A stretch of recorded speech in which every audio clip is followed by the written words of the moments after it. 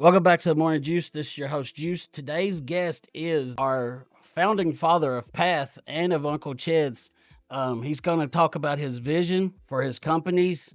It's a very exciting vision, and we're trying to get that word out for both Path and Uncle Ched's. How you doing, Ched? Well, we'll see in how many ever minutes this takes me to get this out. Right? Now, anybody that knows Ched knows that he's going to ramble. Like we know he rambles. Set the timer. So I like gotta click we're this gonna one right there. That's good. we're gonna reel him back in when we have to. Chad, right before we went on air, you was talking about your sister is understanding your vision now and understanding what you're trying to do, and she's coming in to help in the corporation, to help out with some things. Let's talk about your vision for this. What when you started Path, when the whole vision of Path came about, what made a construction guy want to start working in the field of helping people? Can we pause? Yeah. And do a quick prayer? Yeah. Yeah. Is that all right? Yeah, we'll I'd like pause. I'd like to invite God's presence in. I believe God's with us. Yeah. But well, it was one of my sponsors. He said I think he likes to be invited. Yeah. So We can say a prayer. Yeah. God, thank you for the opportunity to work. The work of our hands is the thing that you've given us to do to be of service to others. I pray that you will bless this time together. But we thank you for your presence, and we just ask that you'll, do your work in this too. Thank you for being with us. Thank you for leading us. Thank you for Path. Thank you for Uncle Ched's, but thank you for the Morning Juice. Thank you for the work that they're doing to serve those who often feel unseen and unheard, and for being a voice for them. I thank you for Juice and Brian and their work, and I'm just glad to be a part of it. Thank you for that opportunity, Lord. Amen. Amen. When you and Bram, because you and Bram had the conversation first, right? Yeah. So, what made somebody that's got all this knowledge in construction be like, you know what? Let's open up an outpatient care for people. What got your heart set into that? Well, so first of all, it was Bram's idea. I didn't have the idea. It was totally Bram, and he's like, well, I think I want to open a drug and alcohol treatment facility. And when he said that, though, that's when I was like, I want to do that. I want to work with you on that. I wanted to work with him on that because God's given me a vision years ago to work with people who are imprisoned by whatever binds us. Right. Whether it's real, actual prison, whether it's addiction, what's fear, whether it's mental health, but just this culture right now, I feel it. You know what I mean? Yeah. And this idea of, I don't want to get into it too much, but I'm gonna whatever it is. This idea of PTSD is real. My difficulty is in determining what's post and what's present. Right. Because present traumatic stress disorder seems like it's more affecting to our minds than our post traumatic stress, and we're as a culture experiencing, whether it's American culture or world global culture. I mean, daggum, somebody got to work on this in a way that there's so many people that want to work on it, want to do it. I mean, you listen to podcasts. You can find a million podcasts of people talking about things that want to, help with the idea. Yeah. But God's really given me a heart to understand that His care for those is done in the 24 hours of our day, not in a 1 hour therapy. No disrespect to therapists or anything. God bless Doctor whatever. But or I'm gonna get punched in the face already. but nothing like that. But they are such great ushers into communities of care and help. Yeah. That their position is so important. And that said, they can't be there with people all day long. And they can give them tips and tricks and all these things. But like, how do we walk with one another, work with one another all day long? People that are coming to treatment, are willing to try recovery in some form or fashion, want to quit this thing that's been kicking their ass for so long, are people that are in a willing position. They're in a place of willingness. Yeah. And willingness is a thing that is, for me, paramount to a person changing.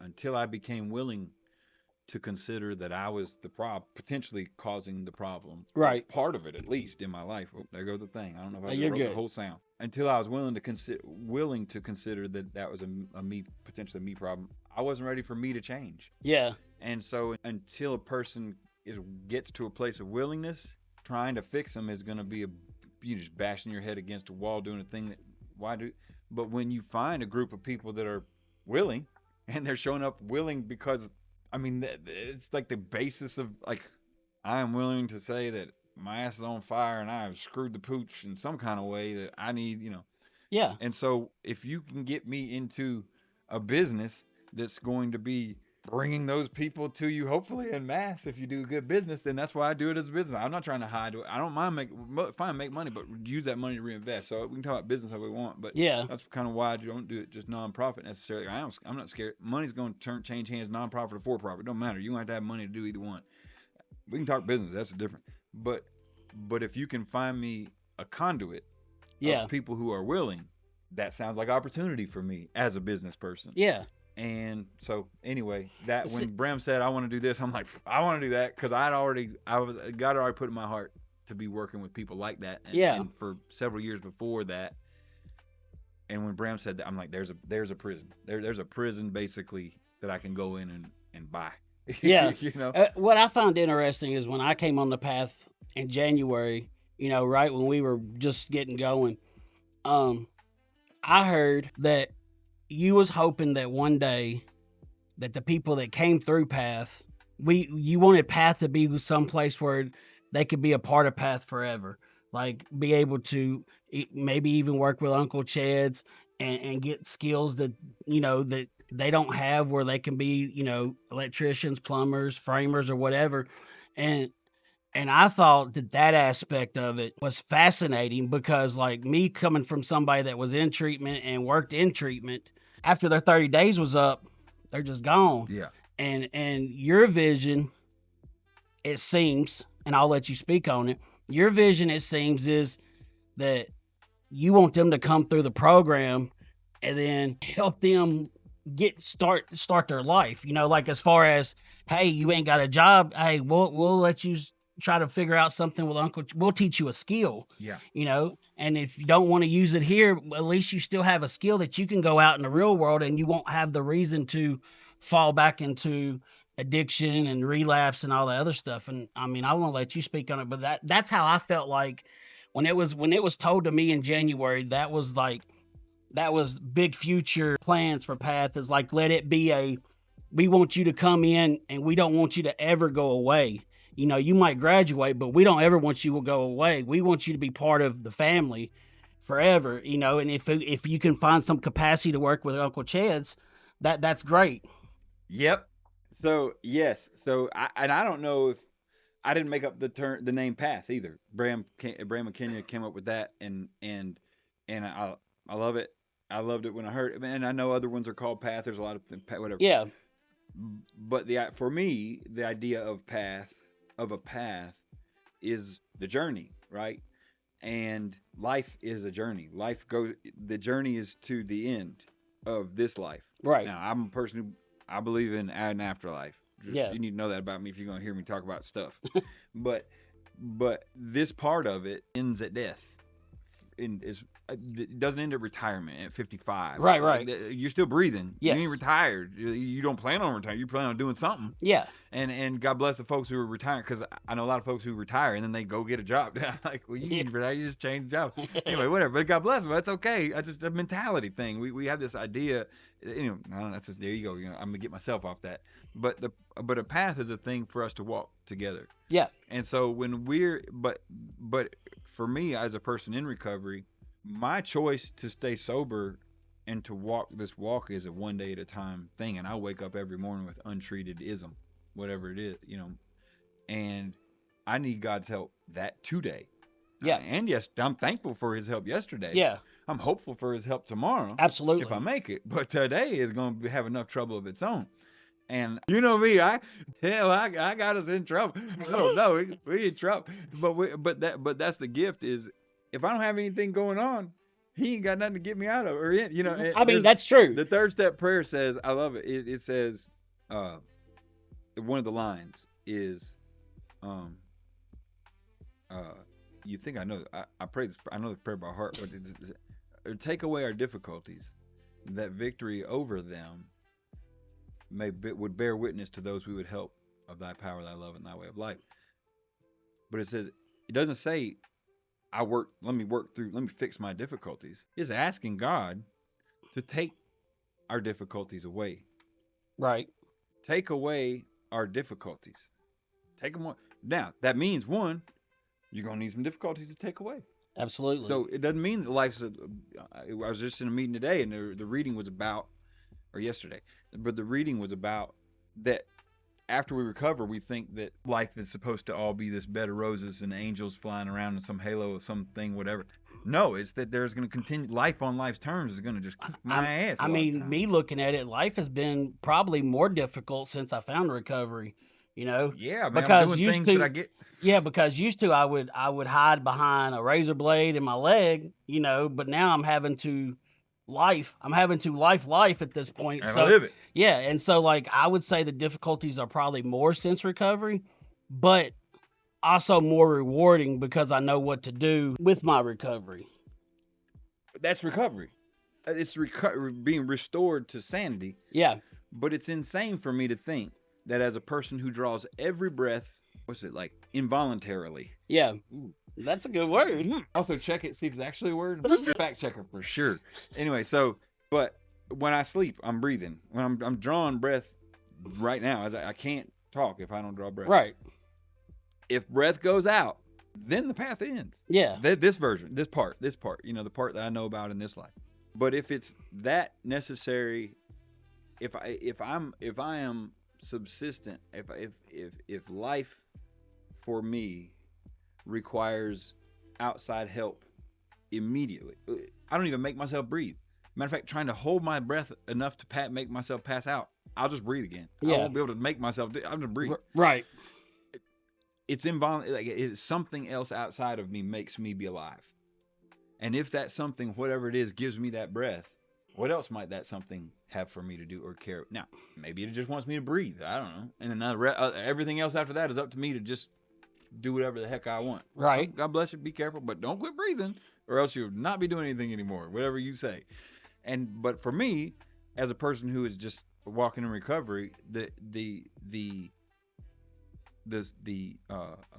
sanity that's coming back one day at a time, and people would question my sanity regularly, but being restored to sanity is being restored to the reality that there is something else with me, causing me to be alive every moment that I am alive, that is outside of me and somehow inside of me when I breathe in, Yeah. That's been helping me stay this way even when I didn't know it, even when I was not thinking about whatever. But the sanity is in recognizing it. And then I surrender my will to God in step 3. And then we talk about steps, because this is what, the steps changed my life. I've been going to church. I told you I was a youth pastor, I was a whatever. And God bless it. And that was before I got recovery. So yeah. Thank the Lord. I didn't screw anything up, whatever. But I know a lot about God in theological ways, I know a lot about it. Not maybe more than some PhD in theology, but whatever. We'll fight about it. I think I do anyway. Yeah, that's true too. But knowing about God didn't really help me much. It was really despairing for me, honestly, because living that was harder for me to do. And the gift of recovery has been that it's helped me. I mean, it's helped my belief in God. I'm Christian as far as churchy stuff goes. I am, but whatever. We won't get there. Yeah. I'm not sweating that. Whatever. God can take care of somebody. If God knows, if somebody reaches out and says help to some being somewhere that can help them, that being that could help them, if that being can help them, I don't think he's going to wait for them to get to church. Now, right. If he drives them to church, fine. That's okay. That'll be up to him. You know what I mean? But, or her, whatever that being is, that higher power. But for me to be able to receive that higher power's help in that moment, yeah, is the sanity. And the insanity is in thinking that now that I've recovered, I can go figure this out on my own. Right. You know what I mean? Because God's given me a brain to use, which is what the big book says. But the brain to use is to remember, oh yeah, I need to ask God. Yeah. That's my insanity. And that's what I think is, like, your recovery is based so much around God, and what you're trying to do with Path and Uncle Chad's together is something that's never been done in this field before. You're trying to bridge a construction company over here with a rehabilitation facility, a treatment facility over here, and Lord willing, if these people don't have jobs, you're even trying to help them get a job and get out on their own and you know make a life for themselves, and that's what I find so phenomenal about what we're trying to do at Path and at Uncle Ched's. Because for me, it's like, okay, you come to treatment for 6 months. Because I mean, we're outpatient. You Yeah. could be there 6 months. You know, it's just pretty much however you feel, whatever you feel. But not only that, now that we got a year under our belt, now we've got this other piece where it's like, okay, you don't have a job because you got all these felonies on your record, and nobody's gonna hire you because of this, that, and the other. Look, we're gonna give you a chance to start over, and we're gonna let you work with our construction crew also, and we're gonna pay you to learn skills that people are making good money off of today because nobody wants to do these skills. And we're going to give you an opportunity to have another life. And we're not going to abandon you at all. We're doing all this together with you. with you. That's the thing. We are on the path with you forever if you want to be here. Well, so, and that's the thing. This is going to go to philosophy, I guess, and my philosophy of work, my philosophy of, well, and I'm going to talk about Jesus because you always talk about Jesus. But I do love Jesus because, one, he practiced what he preached. If he said turn the other cheek, he got slapped on the cheek. So the story goes. You might not believe in Jesus, but they talk about it in the Bible. Yeah. The story goes, they hit him on this cheek and he didn't do anything, and then they hit him on that cheek and they ripped his beard out and they crucified him. Like, they did some ghastly stuff to this gentleman, and he didn't retaliate. And the big book talks about faith being the thing that's it's men of courage. Men of faith are men of courage, people of courage, men. But women are way stronger than living in the world than me. I think that. Sorry, Freudian slip. But people of faith are people of courage. It takes faith. It takes courage to have faith that a higher power loves that assailant, loves the person who is trying to harm you while they're doing it, because you trust in that higher power, not because you trust in them. You trust in that higher power's love for them. Now, I believe in a loving higher power, and that he loves everybody. And I believe that he loves even that person who would be taken advantage of. And people are doing some ugly shit out here today. We got shit in front of us that's Me Tooing and darn right. If we want to, I mean, what are you going to do except block somebody? You're doing some of the shit we're doing. I am not trying to act like we don't got serious offenses against humanity that are going on in places in the United States, in all over this world. Just darkness. You know what I mean? I'm not here to just try to save everybody who screwed everybody over, and then everybody who's victims is dying. Listen, I want Al Allen on me that are in Path, and after hours, these victims of the harm that I've committed as an addict. That's my job now, as I get sober, is to try to clean up this past. And I talk a good talk, but I've screwed that pooch as I've gone, even in recovery. I'm not perfect at this. I got to do this one day at a time. Absolutely. But if I do it every day, and I'm doing that with you or people at Path, why do I got to stop at day 30? Because the insurance ran out. And so through business, we have opportunity to continue to work together. But work is the thing. It's what my hands are doing today. Yeah. They're not shooting. They're not cutting. Right. They're not abusing. They're doing something else to restore. Right? We're being restored to sanity.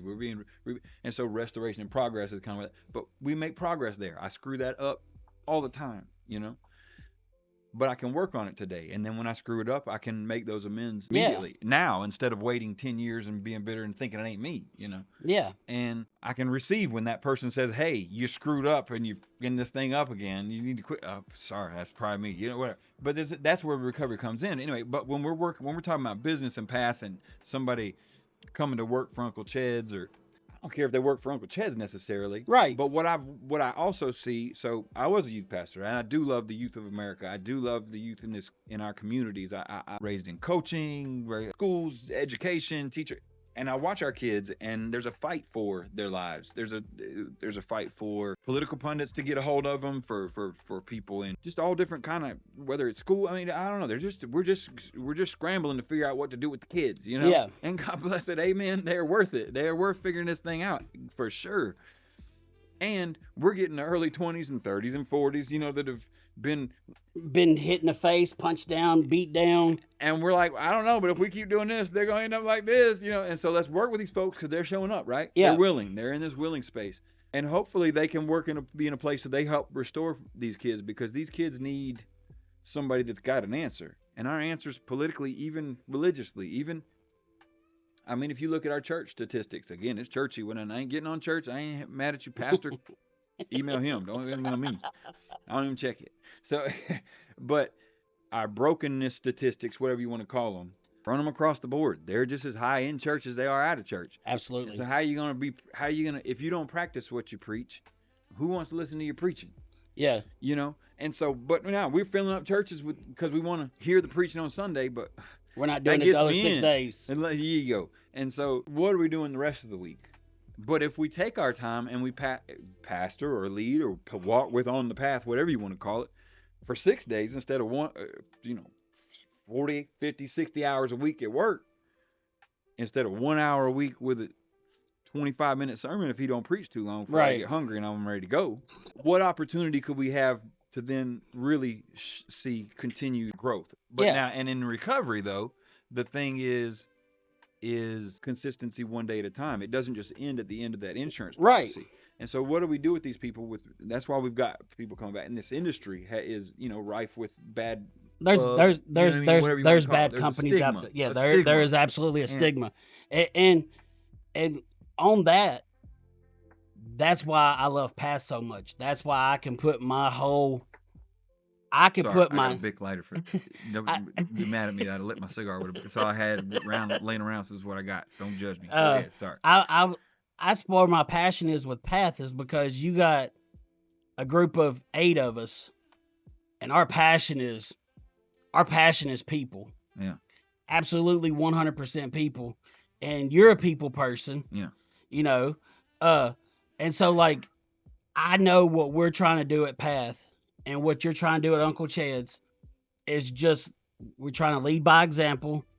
We would love to see we would love to see a lot of facilities out there become more passionate and not more, how they run stuff, and that's an argument for another day. But like, I just know with us, we have you as you're our leader, you're our leader. And then we have Bram, Kenya, T-Bell, Dr. E, they're my direct leaders. Mm. And then you have like me, Wink, Tim, Chesney. And I've said it on this podcast on probably every episode. I would put our group of people against any group of people out there and be like, find a more passionate group of people that just wants to help people no matter what. And the part that I like about the Uncle Ched's aspect is if there is people that are coming through the facility, or even if they not, say they coming into our recovery, if they do the recovery houses through RIP that you got, and you start, because you're starting to expand on that side of your business also, who say you can't bring these people in that's in recovery housing and they're like, hey, I can't find a job because of my record. And you're like, hey, I'm going to give you an opportunity to be an apprentice to do one of these traits. And if you don't even stay with us, we don't care, but like, you'll have a skill to be able to go out there and not be down on your luck and go back to using drugs and stuff. Well, so in construction, there's a lot of people who use drugs and stuff. Yeah. You can go find drugs and use it. That's a choice every day. The opportunity at Uncle Ched's, whatever. The opportunity with work is to do something to serve another human being. Absolutely. So in business, the reason I am for profit is because business gathers people. You cannot do business without at least 2 people. You got to have you can't have a business transaction. You can grow a garden by yourself. Yeah. You can do that, but you're not going to transact money. If you go buy things for that garden, you did business with the person, Home Depot or whatever, that you bought the stuff from. And they needed you though. You have to, but there's opportunity then. Yeah. When you bring people together, you find opportunity. And so in doing business, I find opportunity to work with other people. But in business, you also get to know people. So you can go to church and talk about the goodness of God. And I hope you do. I hope everybody go church. There's your plug, pastors. But whatever. Let God lead that. But sorry, I'm gonna get sidetracked myself. But if you want to get to know somebody, do business with them, and I don't mean that they'll be the best one at it every time. I'm not. There are guys out there that do construction better than me. Go find somebody else's YouTube channel. They're doing great. I renovate houses, so I don't build houses right now. I built some, and I build with some people, but whatever. And we will, and we'll be able to work with guys on that. My opportunity in construction is just that the United States needs a lot of repair, physical, actual construction repair. We have systems and facilities that have to be upgraded, whether it's our infrastructure that we're constantly talking about is getting old. Yeah. We made an electric grid, the first one, but that's kind of new in the last 100 years, Yeah. ish. And so that's starting to wear out though. And we're finding, and we're redoing it. We're building stuff underground and redoing it. We're bridges are having to be rebuilt, and we're having to fall down. You know what I mean? Because they're starting to spall and rust and whatever. And there's a ton of work, but in our neighborhoods, a lot of houses. We work in the Southeast immediately right now, and hopefully around the country and other places too. But Southeast is the region that we focus in immediate, and that's just where I'm from. I don't know. This is where I live. Yeah. But I go across the cities in the Southeast. Great people, but they're all 40, 50, 60 neighborhoods that are starting to wear down. Facelift. You know what I mean? But how do you get that money? How do you get the infrastructure? How do you do that? So we've got some things that we're working on at Uncle Ched's that can couple working in even recovery housing and recovery residences. But we can get a house and we can renovate it, and then we can get guys in there and we can use it for recovery residences. Now, every neighborhood, talk about that, but every neighborhood may not want that, right? And so we'll have to work because there's a stigma. There's a stigma. But if we can walk into that neighborhood and bring, so in our RIP houses that we connect with path, that's all path to me. That's all recovery. Whatever. Everything's path to me. It's everything I do is recover. But if I hope so anyway, or else don't come see. Fine, find me quick and get me back to it. But to be able to renovate a house, put guys in, we improve that house whatever street we put it on. We're going to do a nice renovation in that house, and it'll be a nice house for guys to live in. And then we can teach those guys, one, to take care of that house that they're living in, which is a thing that a lot of guys that have been using it out, they never had to do that. Yeah. But what I've found, and I found it in myself, because when I started construction, I didn't know anything about construction. But what I found is when I put my hand to a thing and I was able to be successful, I was like, it was a dignity instiller. It just helped me with my dignity. And so I've watched that with many other people as well over the years. And what I see when I work with guys at Path, and I see people coming up, or just people that are just new in recovery, whatever, I regularly hear, "Oh, I never done that before. I don't know how to do that." Okay, are you willing? Are you willing? Willing, right? If you're willing, and you've got somebody who's willing to walk with you, so then you also have people who, look, business is I am a free market capitalist. That doesn't mean that you have to behave like every free market capitalist does. Free market capitalists don't behave the same. They behave all kind of ways in business. But you can choose to behave as a person who cares about the person on the other end of that transaction, and even gives when they take. Yeah. And doesn't take every time and cut them if they don't. There's people going to cuss me for that, and they're in better business than making money than I am, so take their word for it if you want. I'm just speaking for myself. Yeah, because you're not a nonprofit just so you can throw it. Because what I know about you, everything you make, you put it right back in your businesses. Like you invest in your people. You invest in, Lord, you've invested in Path and helped us along the way. You invest in new markets for Uncle Ched's. And so like you're not like one of the big business people. It's like hoarding all this money, and you reinvest it back into your people.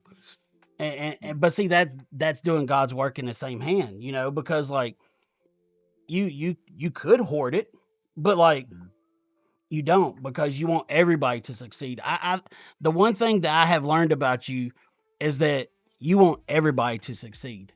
Yeah. Like you want everybody to succeed. Like anybody you come in contact with, you want the best for them.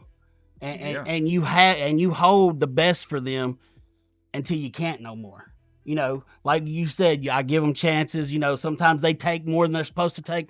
But like the one solid thing I do know about you is that any person that you've come in contact with, you literally want the best for that person no matter what. No matter if they've screwed you over, no matter if they didn't pay for work that you had done, like you just want the best for any person you come in contact with.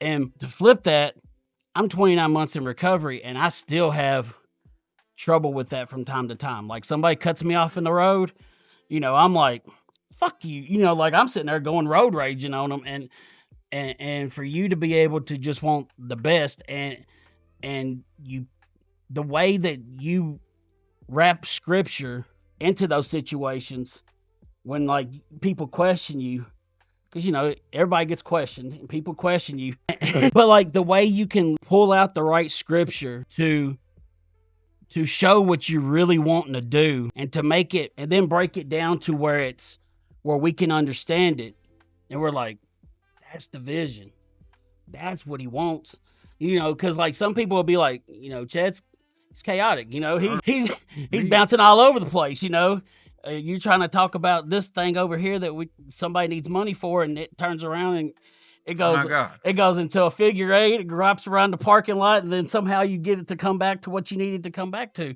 And that's the one thing I've learned about you, that like sometimes you gotta go on the whole ride to get to to get to that point. But once we get to man, I'm sorry. But once we get to do better. But once we get to that point, it's beautiful. Like it's beautiful. Your heart, like of people that I have met in my 48 years, the one thing I know is that you have a pure heart.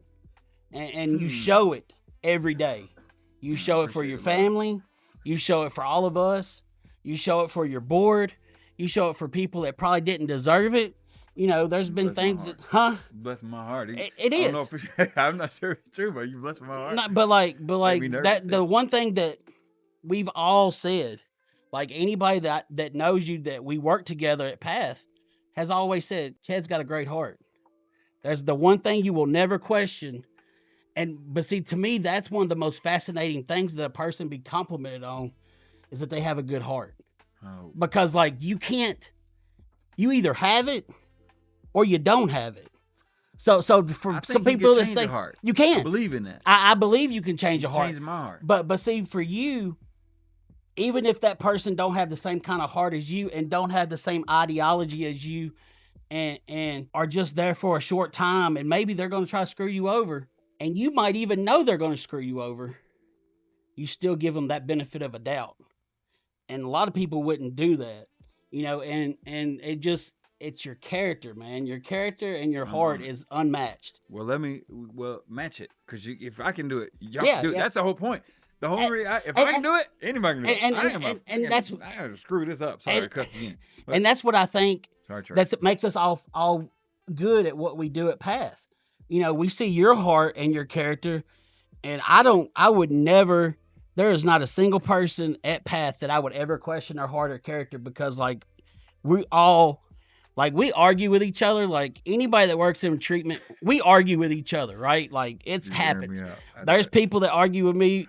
Like me and Kenya's argued 1,000,000 times. You leave her alone. But you know what? At the end of the day, that woman gives me a hug, kisses me on the cheek, and tells me she loves me every day. She does. And she knows I love her more than anything too. Yeah. We can argue inside our facility, but ain't nobody else is gonna argue with us. Well, I'll say this about that. This is ready for an aside. Here we go. But and I was talking to the group about that the other day. Is we love when I walk in and I see our clients and I see people that are there being treated, I see light coming in their eyes, and that's beautiful. And that's the work that you guys do every day. I love that. I mean, that's what I'm saying. I love that. I love people doing better. That is the thing I do love. The thing I love is people, and I love people, all kinds of people. I just love I love people. I love the things we go through, how we work through, what we're going through, the hardships that we have, the opportunity to help one another if we do, and the gift that is, that we're both made better. You know what I'm saying? I would say a joy shared is double and a grief shared is half, or something like that. And that's a beautiful thing, and we should be able to do that for one another, who are the treaters, absolutely, the caregivers, as well as the people that we're caring for, right? because we can pitch a nice look, but what about behind? Now, this goes back to the business thing, right? But business proves that out. And so we've had a lot of it's been tough at Path and Business, whatever. We're not going to do it. Cut that out. I'm not trying to hear about money. But it's just what it is, what it is. It's working. It's a new business. It's getting off the ground. It's a new business. It's the first year. They all struggle. That's what you have to learn things you didn't know. Like what they wouldn't have, if so. We've been told several times by several people that have had other businesses in treatment facilities that are successful.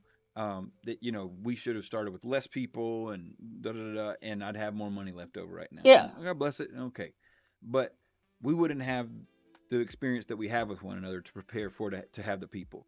And so as long as we can stay open until we get there, the unity that we have as a group is a thing that you can't create overnight. And now it doesn't matter. When the gift of recovery is people are showing up, they call you because they're like, all right, I'm screwed up. I need somebody to get me out of jail. I need somebody to keep me. Some reason I need to come here with y'all instead of somewhere else. Yeah. And that's all right. God, I have to light it again. but that means I'm talking too much. I can't keep my cigar lit. But when you come in, what was I talking about? You was talking about your cigar messed you up. You was talking about our unity and our passion and our love at Path. We can't. That takes time to grow. Yeah. And relationship is a thing that I can be kind to a person at a grocery store or giving me my food at a fast food window or whatever, and I can say thank you to them and I can be kind. And daggone do that. Those please people need do that. You to be kind. Be kind. And please. But me too. And if you see me out there not being kind, punch me in the throat. Tell me to go back and try that again, and I'll try to do better. But at the same time, the more you're with a person, the more opportunities you have to be that shit. You know what I mean? And to be that annoying, like to be the real self that nobody sees when I just say thank you. Right. Thanks so much. I appreciate you, man. That's so great. I'm good at that. Yeah. And like nice is a thing I can fake my ass off of. Yeah. But be with me all the time. You'll see Cranky Chad. You've seen it. You know what I mean? Like I've seen Cranky Chad. I am not like whatever I think I am. I'm learning through recovery that I need God's help way more than everybody else. And I'm grateful for his help. Thank you, God, for your help. But one day at a time. But the more we're together, the more we have an opportunity to really be a unified group, a oneness, and that iron. And I feel iron, that cohesion grows, and and we've been able to do that before. We have a lot of clients where we're running, and as you guys can know how to do that, then that same spirit can grow out into new employees and new people that we'll bring on that spirit of Path. Like our foundation will be there. Our foundation is solid. Yeah, we have solid leadership. We're solid. Like everything about us is solid. And like you said, y'all love the people coming in. That's the thing. That's the most important thing. And I love everybody that comes in those doors. And like we have helped many people that, they stayed there their time and they're thriving. Yeah. But I liked what you said right there. Through hardships and struggles, there's a unity there. Like, if we weren't going through what we're going through right now, we wouldn't be able to get what we're getting out of it. Absolutely. It's better for us to do this than if we had just zillions of dollars and we could just I agree. I think God likes putting it's not easy to say, but I think it's true. I'm experiencing it. I think God sometimes puts us through the trials and tribulations before he rewards you to make sure your heart's in the right spot. Well, he disciplines. Yeah. And not like but he like in a coaching. A coach gets his players disciplined. A good coach. Yeah. He grows his players. He develops. Right. It's kind of like a coach taking over a new team. The scripture, God, those whom he loves, he chastens, he disciplines. He fits us for his work. And so he's got to take us through some hard things to be sure if we're willing to be faithful in the hard things. This is the phrase, but Eddie Griffin is a comedian. Yeah. And he's love Eddie Griffin. He's like, do it when you're broke.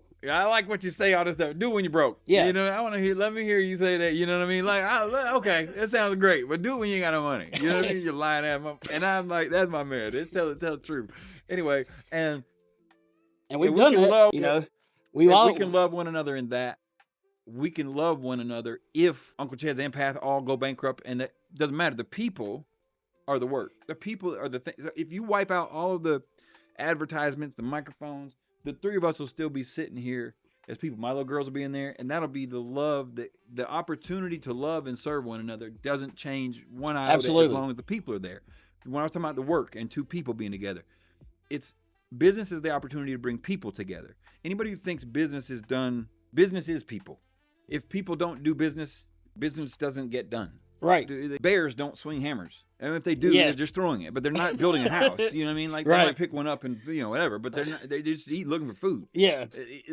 People swing hammers to build things for other people, right? And they might build a dog house for the dog, but that's for a Yeah. person's dog. It's not because the dog wanted one. He probably didn't want to sleep in there. He wants to let him be a dog.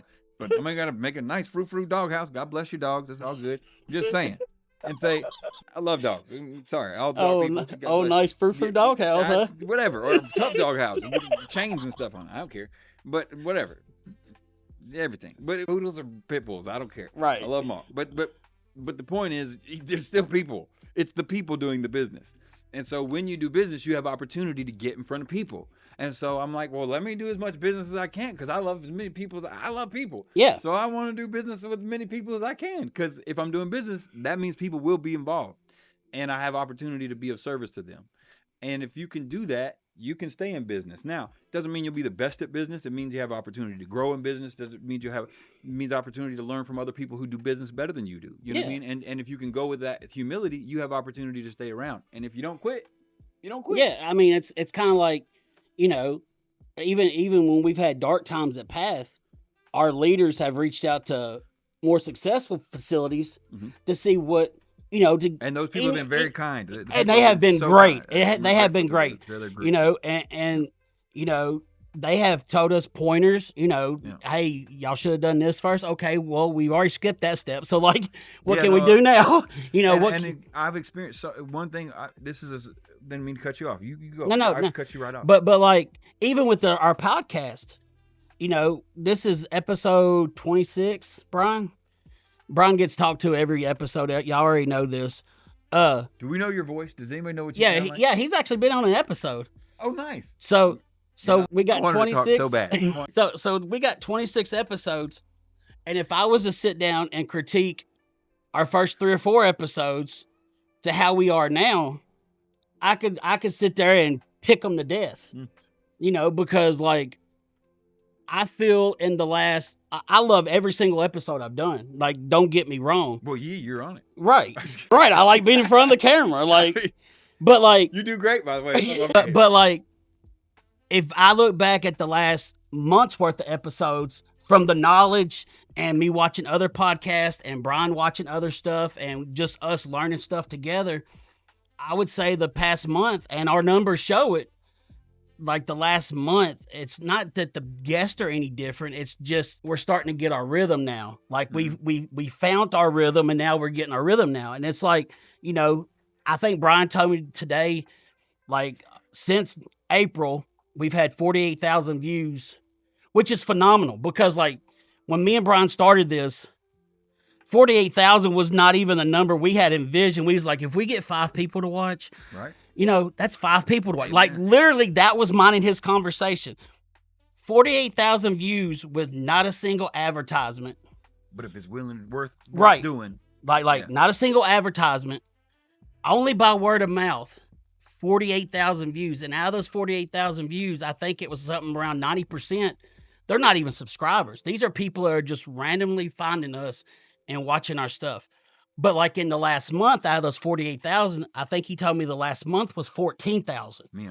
Which means the majority of our viewers has come in the last 4 weeks. And I would say that's some of my personal best work, just because I'm more comfortable. Because I've watched some of my past episodes because I like critiquing myself. You're growing in your. And so I've seen some of my past episodes.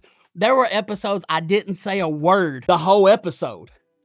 Nice. And that's not a podcast. Oh, Well, somebody talk? Did somebody else talk? Somebody else talked the whole episode, okay. and I'd be like, that would be weird to sit for an hour and not say. It was because if they quit talking, I'd be like, and what did you do next? It was so terrible. But now, what are you talking about, man? But now, But you kept doing. I love it. Go ahead. But now we just talk and jive and But some of the first ones, man, the one that cracks me up the most is my sponsor leads. It's my second episode because the first one I did by myself, there was nobody with me. Nailed it. I could do that again 100 times, right? Do it.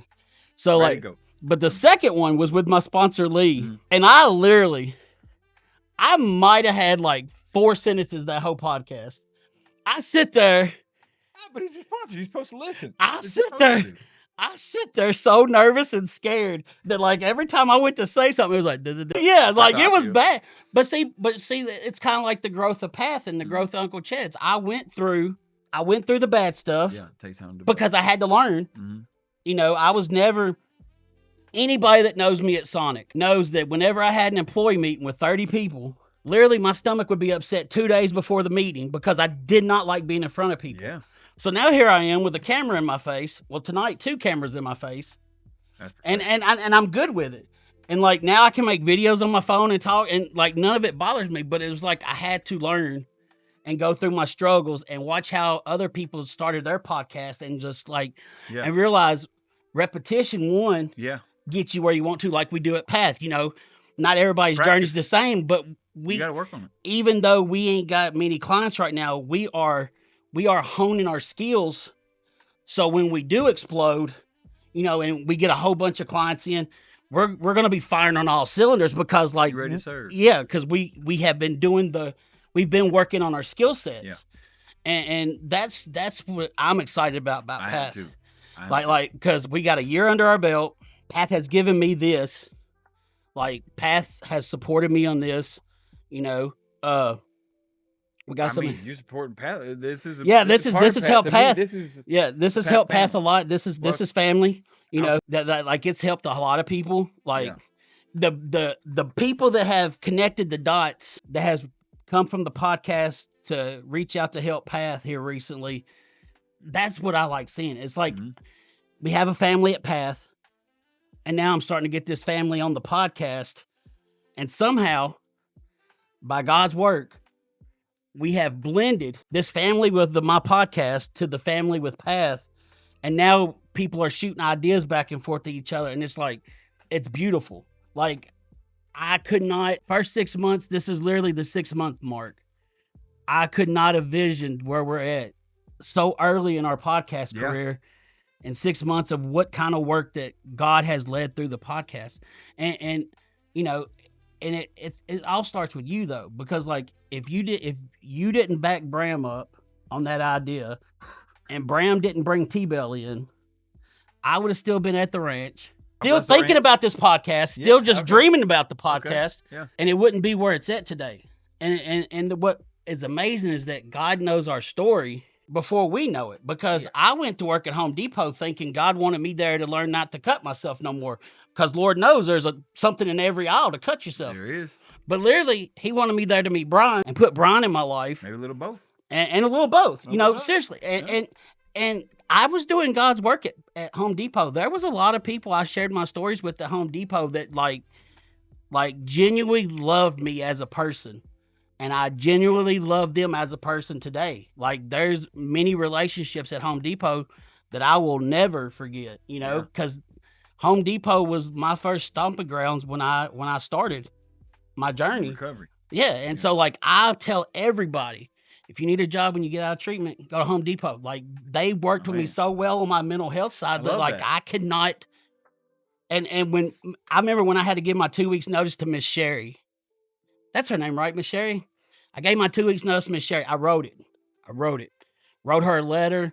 She said she ain't never had nobody write her a letter before. There you go. So I wrote her a letter, and told her everything that the place had done for me. And she cried, and I cried. We cried together. Some of the managers cried. Hell, I think Brian cried because he knew he wasn't going to be able to hang out with me in the workroom. But like, it's just, here I am 29 months later, and I see all these dots that God has just.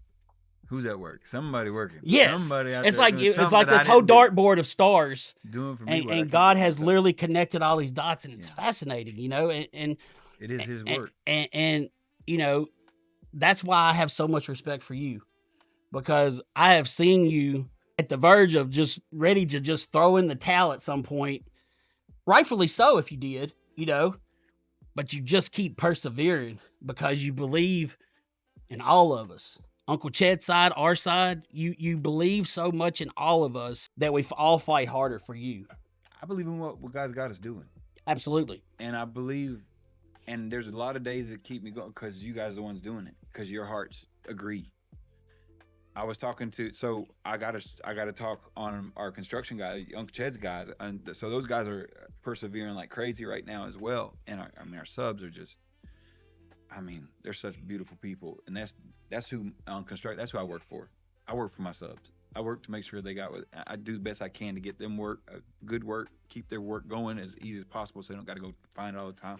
Help them a good counterpart in business for them that way. But they do such great work, and they do the work with their hands. And I tell my guys, if they're not swinging hammers, we don't get paid. Like, take care, make sure they can get what they. And I'm having a hard time getting them what they need every day right Yeah. now.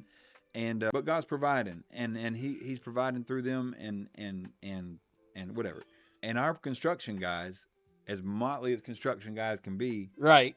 those guys care about what we're doing at Path, but they care about being able to do that through construction. Because somebody got to look. We can talk about having beautiful, wonderful cities and everybody doing dancing in the street, and amen. I want to. I think we get music out of that. I want to dance in the street. That's beautiful. I got a vision for it. I love that.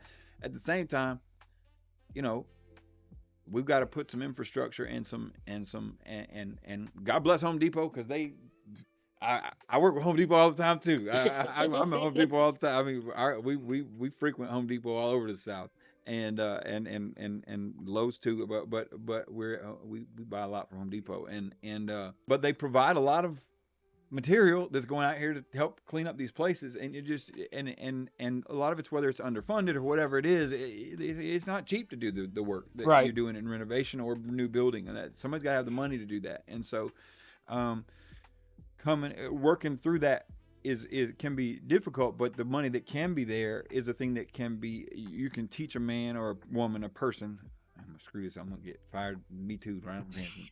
I deserve it. I'm not saying I do. But a person can, they can be a part of that restoration. People are the ones who are going to have to clean up our cities. Yeah. It's not going to get cleaned up. It's not going to get cleaned up by us. But it's also going to have to be more than a politician. Politicians, God bless them. They're crooked. I don't know. I ain't saying that. I don't know all of them. I don't know. I'm sure that look. That's what people say about contractors. Yeah. Right? People say that about you. You can have good ones and bad ones. People are people. People are people. And whatever you get in, I don't know. And even the person, I believe I will. And now this is going to my religion. But I grew up. I believe I woke up bad. I got born out, shot out, and I was finna start cussing in some way. and we try to quell that. And now I was raised in a church home and like a religious background, and so I was taught a certain way. And so I was taught how to put a good face on things and how to look good in front of the group and all that stuff. But I had this whole secret life that I knew wasn't the same thing, and I couldn't figure out why I couldn't quit doing that, And for a lot of my life, most of my life, and people are just the reason somebody can take advantage of me is because Jesus said to behave that way, and people don't like that. Well, he didn't mean that. He said, watch. Now I'm going to preach. He said, watch for the leaven of the Pharisees, which is hypocrisy. The Jewish people in Israel in Jesus' day had the message of the one true God that loved people, that cared for people, and it was the God of Israel at the time. Other people didn't believe in that guy. They had other gods, different gods, no gods. Not too many people didn't know of no gods. Atheism kind of newer, but I mean, there's been some, but not as a thing, not as its own religion. Right. But those people had this message of the one who could save the world, and then the Messiah was supposed to be here, the one saving the world. Now, come on, call me, email me if you want to talk about God or cuss me about God. I don't care. This is how I got myself. And the one who is supposed to be that Messiah, the one that the Jewish people didn't believe or whatever at the time, though Peter, Paul, John, James, all the apostles, they're all Jews, by the way. They're all Jews. The Jews believed in Jesus first, not anyway. Yeah. But the Gentiles believe in him now. I'm a Gentile, I'm not a Jew. But he practiced what he preached. So when he said if a person's hungry, feed him, he fed them.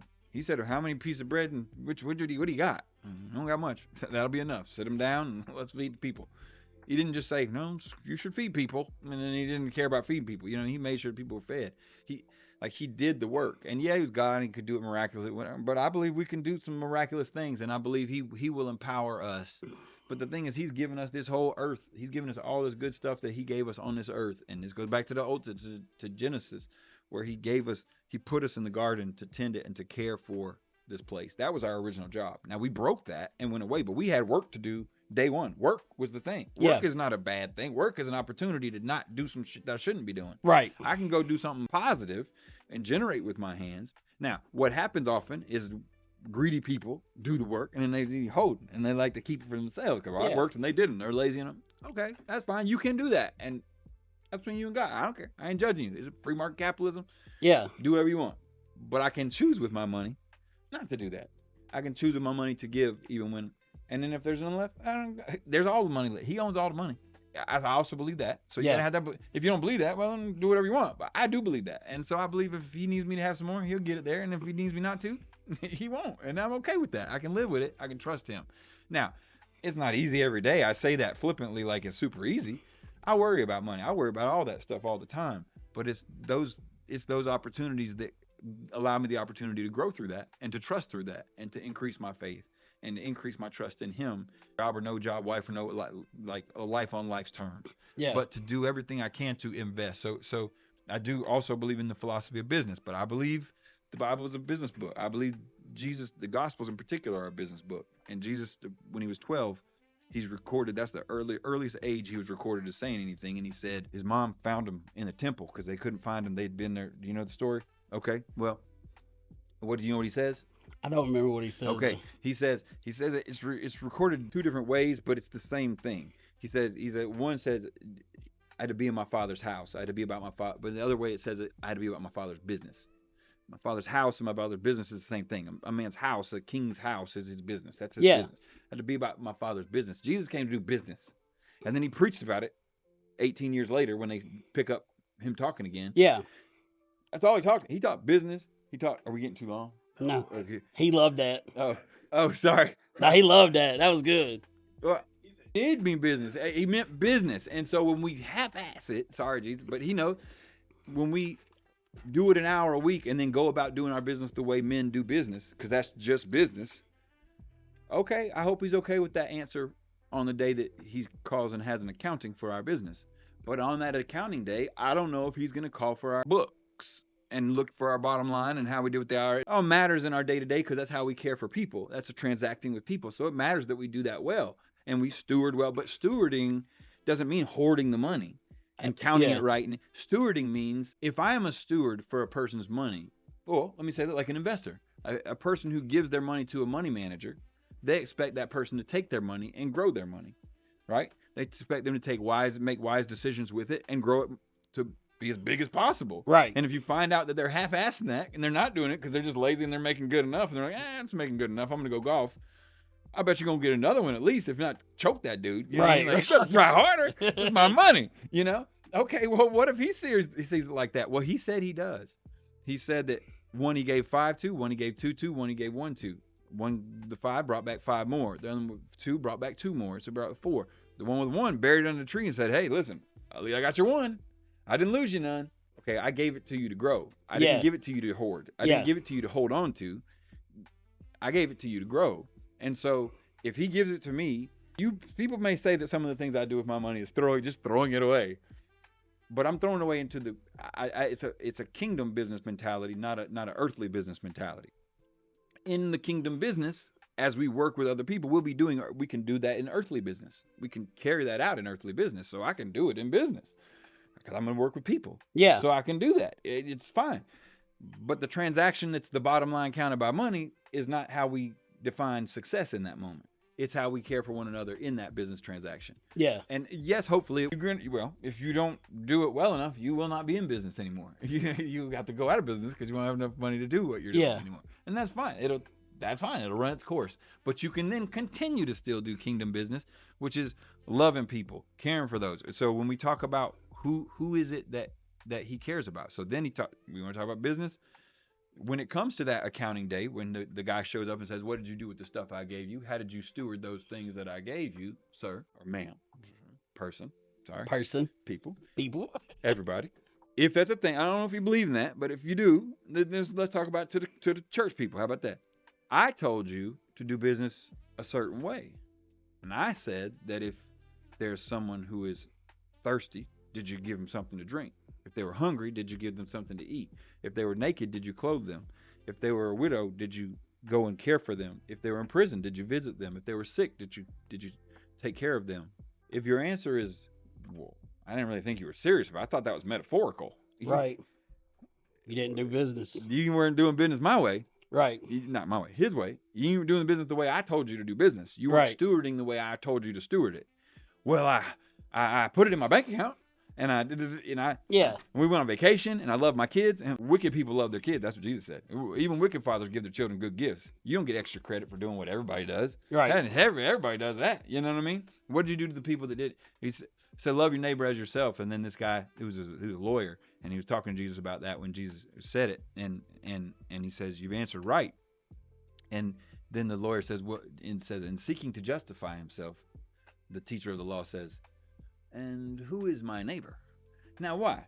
Now, I have sat in Bible studies and everything else, and they ask me the same question. Okay, but what? Now let's define our neighbor. But it's like we quit reading or something, because the next thing he tells him what the neighbor is.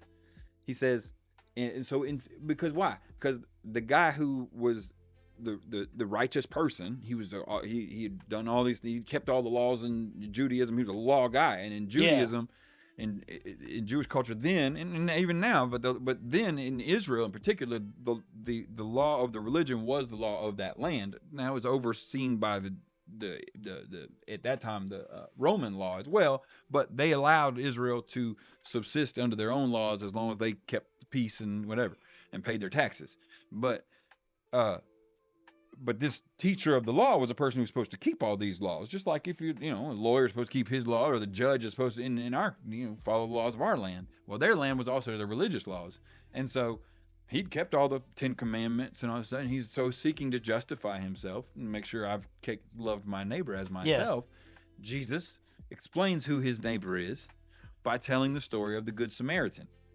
Now, the Good Samaritan. Everybody knows the story of the Good Samaritan. Know the story of the Good Samaritan. But he's describing who the neighbor is. The neighbor was the guy that was beat up on the side of the road. And the good person that was good to his neighbor was this Samaritan guy. Now, Samaritans were a group of people who were half-breed Jews, if you want to call it like that. They had intermixed with Gentiles and whatever, and they believed in God, but they also believed in other gods, and they did whatever. The Jewish people shunned them. They were like apostate, sort of. Yeah. And I said that, I mean, it was too harsh. I didn't live back then. That's the way I've understood it. And but they didn't like it. They went around Samaria. The Jews did. They didn't go in there. It would not. They didn't interact with them. But it was the Samaritan. It says the Samaritan was going up from Jericho to Jerusalem, but he's on the road. And this road, and you can listen to people talk about it all the time. This road was a dark road.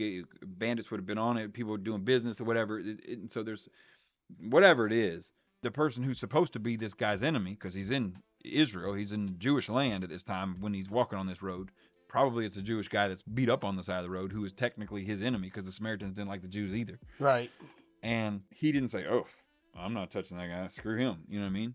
He went down. He got the guy, put him on his donkey, took him to an inn to get tended, took him to get cared for, told the innkeeper, "Listen, take care of him, and then if you accrue any extra bills when I get back, I'll pay those bills and make sure you take care of him." I don't know who the guy was. I don't know if he knew who that guy was or whatever it was. I don't know if he expected to get paid back later. I don't know. All I know is he took care of that guy that was dead on the side of the road, or going to be, or beat up. And the other two people that walked by were Jewish Levite and priests, and they were official religious men who were supposed to love their neighbor.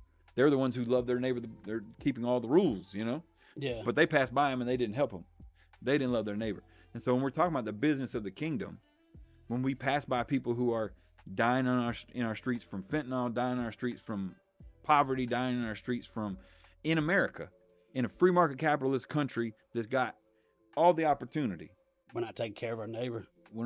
And so many Christians, we do it by God bless. People think I'm mad at. I'm not Christian. I'm not mad at Christians. I'm just saying, from the way I read it, I can do better. Yeah. And so I'm trying to do better. And that's it. I'm not trying to judge anybody else. I'm just got to stand before him that day, and I need to follow his process. And that's kind of your vision. That's your vision, right there. I'm doing that. You are. I am doing that. You're doing your vision. I'm doing that intentionally, because if I don't, hearing him say "well done," that gave me goosebumps. See, you took the long way around it, but then when you hit it, God, it gave me goosebumps. You gave me a goosebumps. We had to do the work. Yeah, like What an opportunity.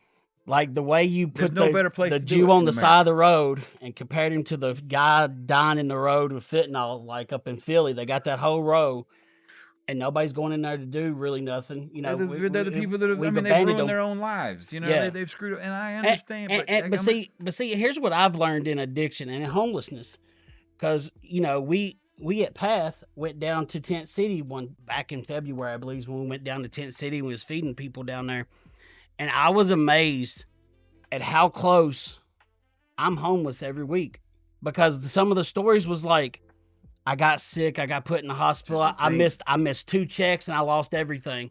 and it's hard to get out of that. And then once I got homeless, I felt hopeless and I started using drugs. They had no drugs before in their life and they missed a check and they lost everything. And when you hear the stories like that and you see the stigma behind addiction and homelessness, but then you go out on the streets and you hear these stories and you're like, They're people. y'all, 90% of Americans could be right there in a month. Well, the way America going, there may be some Like, Americans out I there mean, sooner we seriously, think. if I missed 2 rent checks, say I got sick and I missed a month of work, I know, I love you too. All right. I got you. That makes But sense. like it just shows that it's that close. And if people would open their eyes and realize what you said, all these people go to church and stuff, we're supposed to help the neighbor. Let's get out in the streets and help these neighbors. So my granddad, Which is what we're doing now. But here's the thing: you are going to need fund, you are going to need resource, whatever. But Absolutely. in business, you can generate that. And in business, here's the thing: his business is not strapped for anything. He owns everything, and not only that, he seemed to, at least if he can take 5 loaves and 2 fish and feed 5,000 men. Now that's what it said to men. It said, Yeah. I was not meant to, and the women and children. So it just didn't count them, but they were also there. They were there. But that's just what it said. I'm just saying, that's not that part. But anyway, wait. If he can do that with that same power, that same one that did that said that we would receive that same power, and then he would leave us with that power when he left and ascended. Now I believe in all that stuff. People who have, I do too. I believe in it. So but I know, like in my situation, since I left Sonic. And I don't make nowhere near the money I did at Sonic because I was blessed there, but I was not happy. Mm-hmm. But like now, there's months I'm like, oh my God, I'm not going to make it to the end of the month. And then somehow God blesses me. And at the end of the month, there's still food in the apartment. There's gas in the truck. And then I didn't know it was going to get there, I feel about it personally. Yeah. And it's just, if you put your heart. We're going to trust him. And trust God, 100. Like you can't be half in. Like what you were saying, you can't be half in. If you put everything into it, He is going to watch out for you. He will provide. Yeah. He might not give you everything you think you need, but He's going to make sure you got the absolute necessities you need in life. What you do need. Right. But here's the thing. He will. This is what I'm trying to learn to believe. This is what I'm coming to believe. Is those same things that I read that I say I believe in His provision. But regularly in our culture, in particular in America, compared to human history. In the United States, in 2025, we have a unique ability to take care of ourselves.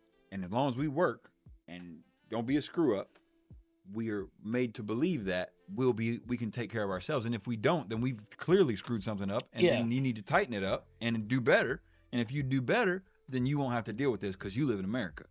And especially if you're a white male, you know what I mean? But that is still, and even if it's true, you can't take care of your soul forever.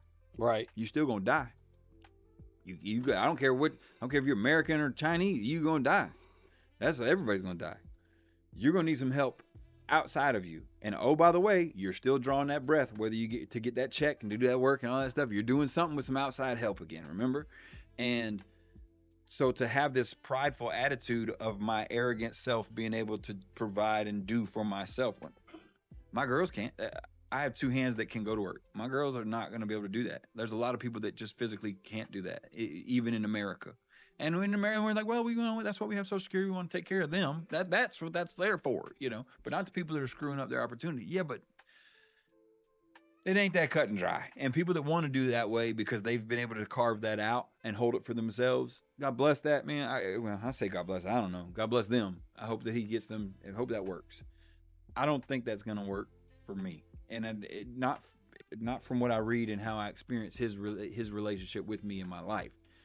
He doesn't allow me to drive by and judge them. He allows me to drive by and see them. Right. Because I see them as his image on that.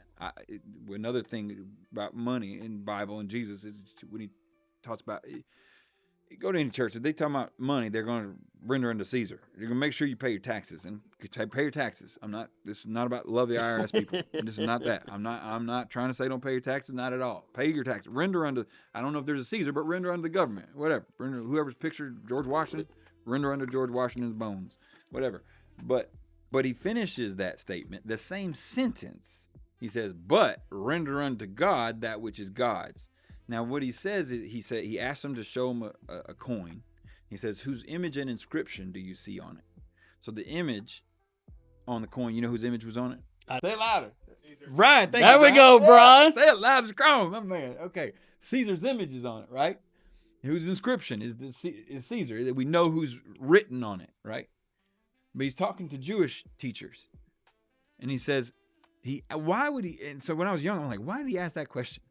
But then he also finishes it with, but render unto God that which is God's. And I'm like, I don't know, but all I know is that nobody ever finishes, when they're teaching about money, they don't finish the sentence. They just say render unto Caesar. But these are usually at church teaching about it. Well, Jesus is talking about God in that sentence. But render unto God that which is God's. Now, the Jewish leaders got it. They didn't have any more questions, it says after that. They were like, oh, okay, I think he's got this figured out. We'll just be quiet. Yeah. But what he was saying was, to these people that understood what he was saying, look at this image. Look at the image on that. Give this little piece of money, give this little piece of metal to the person who put his face on it. Here, I made all the metal too, but he can have that metal. He put his face on it. Let him have that, and he'll stand account for his metal. Yeah. But render unto God that which is God's. Well, where do we see God's image placed? Everywhere is a good answer, but it's not as specific as I think Jesus is saying. Yeah. We are made in his image.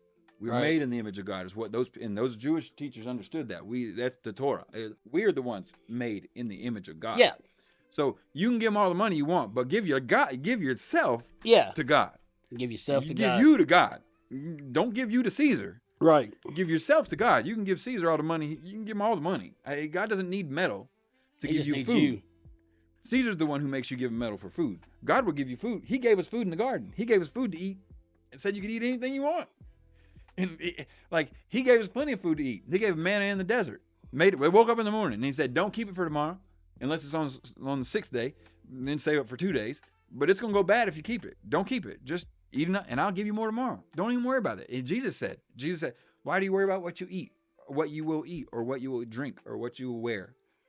Why do you worry about these things? Your heavenly Father knows what you have need of, and he provides all that for you. He's telling us, and then what we saw in with the children of Israel, and then he showed us by feeding 5,000. He took 5 loaves or other things that he fed the 4,000. Did the same thing in another time, and he practiced what he preached. Though he wasn't kidding, he was serious about that. The Father will take care of us.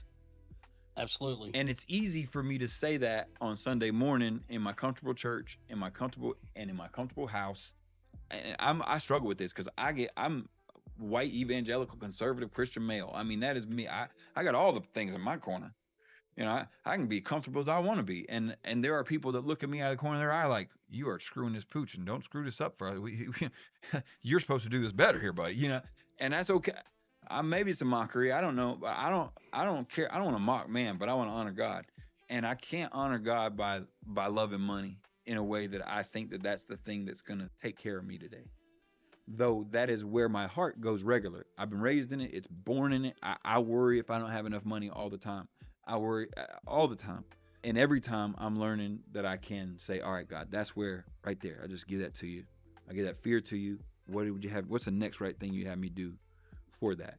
And then he'll provide it in one way or another. And then he'll lead me to go do a different thing. You know what I mean? Whatever. And give me something to do today. And in our case of the businesses, you know, there's been times you were like, oh, I don't know if we're going to make, I don't know if we're going to make payroll, but like, It always happens. Yeah, God provides. Because we're all doing, even the construction, we're all doing God's work.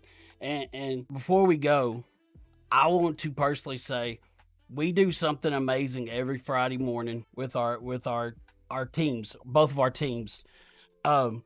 We do a gratitude meeting every Friday morning. Every Friday morning, same time.